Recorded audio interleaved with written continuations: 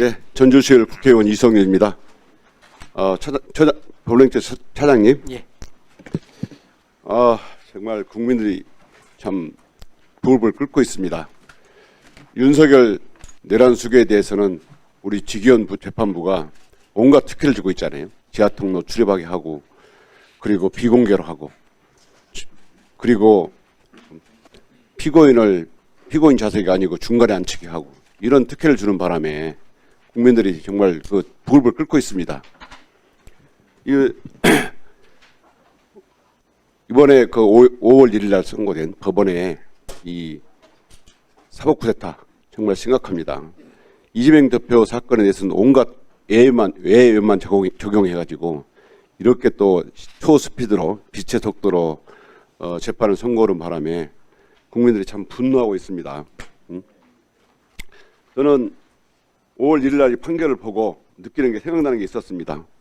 물론 많은 법원에 계신 분들이 문자를 줬어요. 대법관들이 정치 몰입해가 되었다. 이렇게 표현하는 분도 있었어요. 정말 대법관님들 심각하게 반성을 해야 되고 생각합니다.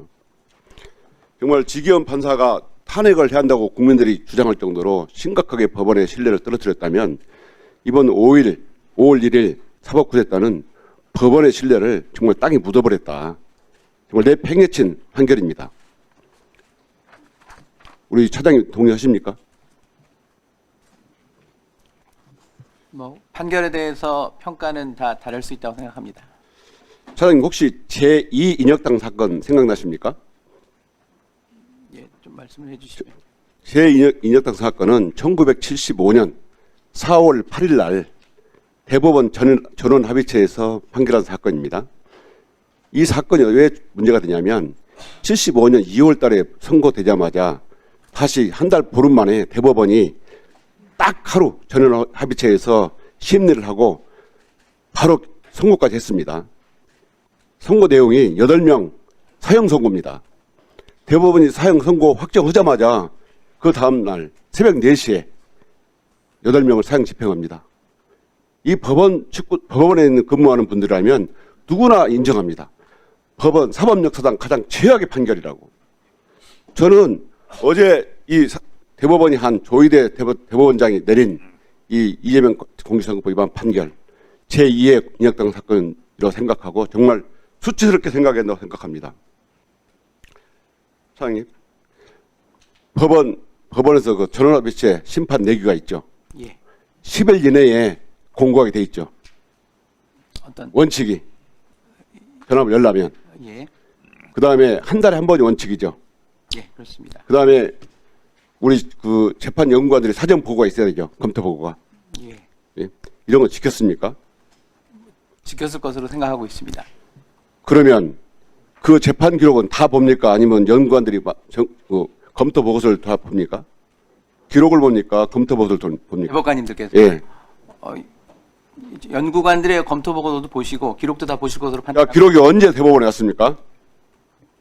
그 상고 기록 접수가 된 때가 저희가 3월 28일이었고요. 예. 예, 그때서부터 지금 그 종이 기록에 대해서는 저희가 형사 사건에 있어서 전자 사본화를 취하고 있기 때문에 사본화 조치를 취해서 바로 기록을 보실 수 있습니다.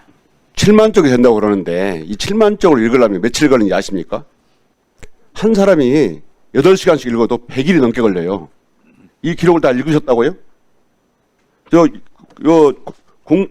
공보자를 보니까 공판 기록을 기초로 했다고 돼 있어요. 저는 이 기록 안 읽었다고 봐요. 사람이면 이 한 달 만에 다 기록 파악하고 그다음에 전압에 넘긴 지 9일 만에 판단할 수가 없는 거예요.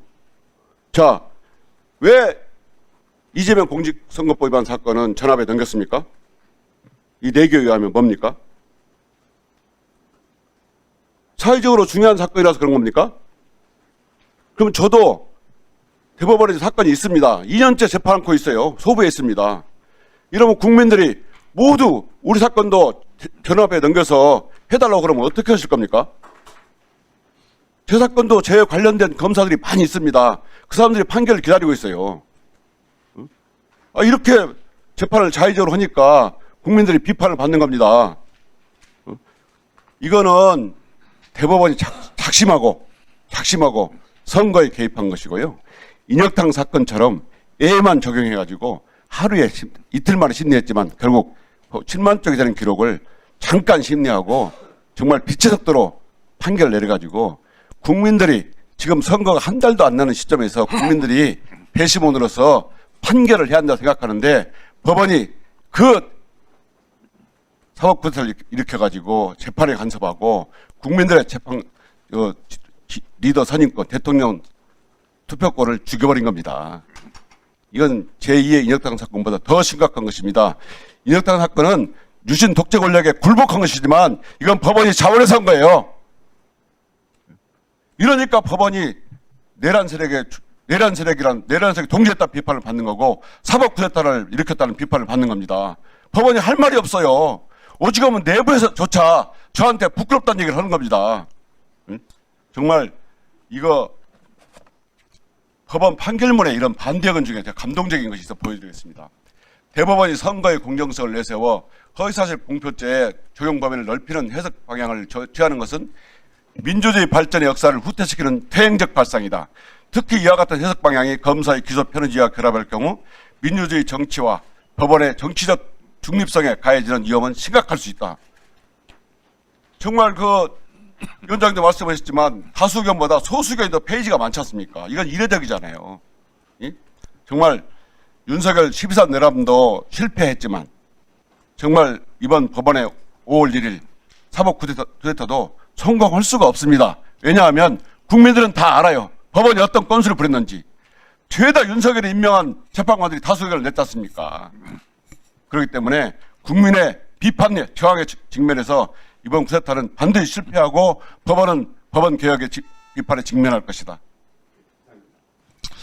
네, 수고하셨습니다. 우리